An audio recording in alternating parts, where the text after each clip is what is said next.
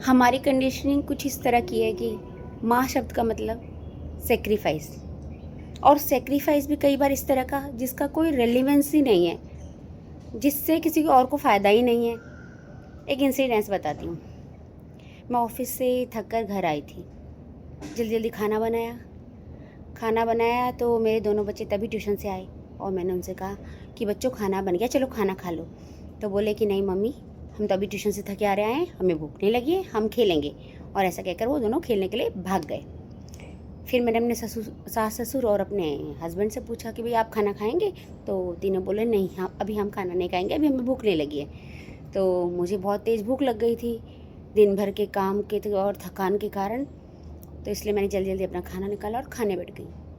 तो मेरी सास मुझे घूर कर देखी और मेरे ससुर से बोली कि कैसा ज़माना आ गया ना, पहले हम तो कभी अपने बच्चों को खिलाए बिना खाना खा ही नहीं पाते थे।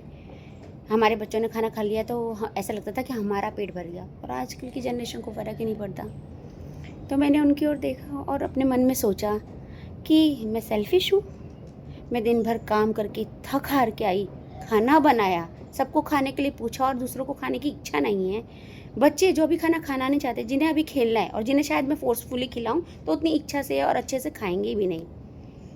और अगर मैं उनके लिए खाना छोड़ भी दूँ, मान लो मैं अभी खाना नहीं खाती, मैं सेक्रीफाइस कर देती हूँ कि भाई नहीं, बच्चों को खिलाने के बाद ही मुझे खाना है, तो जब मैं उनको खाना खिलाने बैठूंगी तो या तो हो सकता है मेरी भूख ही मर जाए, और या तो मुझे इतनी भूख लगी हो कि मैं उन्हें इतना हड़बड़ में खाना खिलाऊं और कहूँ जल्दी नहीं खा रहे, और उन पर गुस्सा हो जाऊं।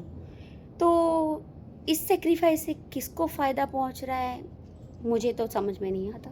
आपको समझ में आता है?